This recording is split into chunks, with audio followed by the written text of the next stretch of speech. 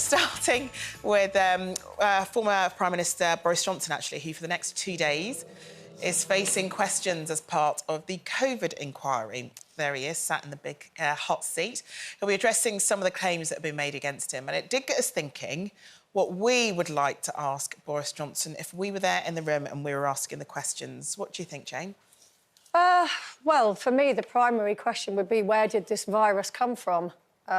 Was it created, you know, and if so, by who and why? And how do we... Then the other big question would be, how do we either stop it happening again, or if it does happen again, how are we prepared for it this time around? Because quite obviously, last time around, we were not prepared for it at all. And that's the point of it, isn't it? That's the point of having this inquiry, and that's the point of, you know, Boris Johnson had promised when he was Prime Minister that this was going to happen.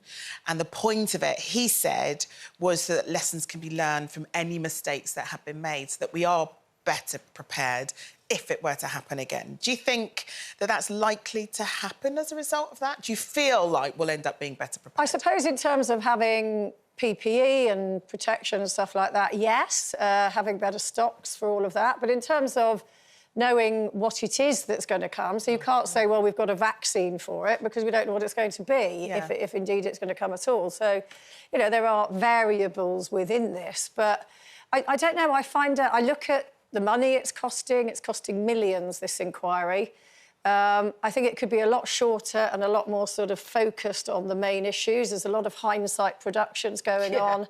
You know, I don't think anybody in that job or in that government, whichever political persuasion it would have been, would say, well, yeah, I made that decision recklessly, or I made that decision knowing what... I just think everybody was doing their best at the time.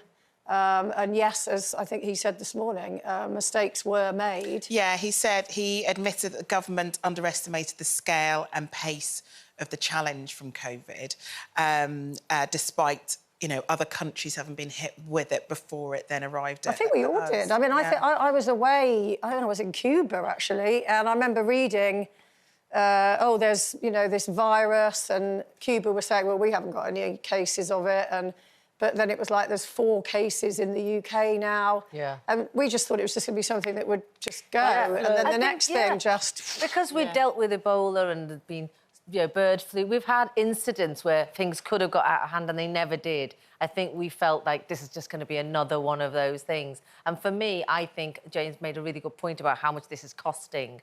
The focus seems to be on, let's get everybody to tell their version of the truth, and we're watching it on TV, so there's a lot of money being spent on that alone. For me, what I would like is for them to do this behind closed doors and then come back to me with a timeline of where everybody made their decisions that maybe they would do differently.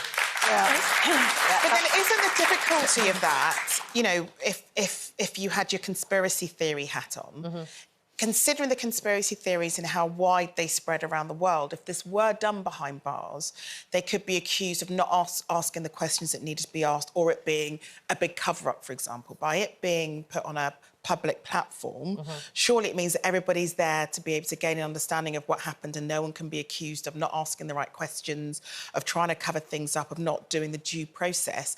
And one could argue that it needed to be done publicly in order for the public to understand what happened. But there is a time and a place for that. And if you think about, on the same newspaper that you're reading about this public inquiry, on the other side of that newspaper is, can we afford to heat our houses and can we afford to keep the NHS running?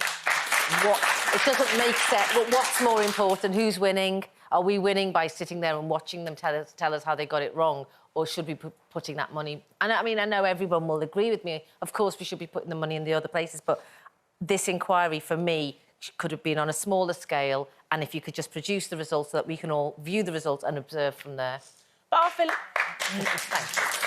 a bit sorry for Boris, because it was one of those things that you could never, ever foresee that happening. You know, like, it was just like overnight, our whole lives changed, didn't they? It was just like, and who would know what to do, like, about the vaccine or whatever? Yeah.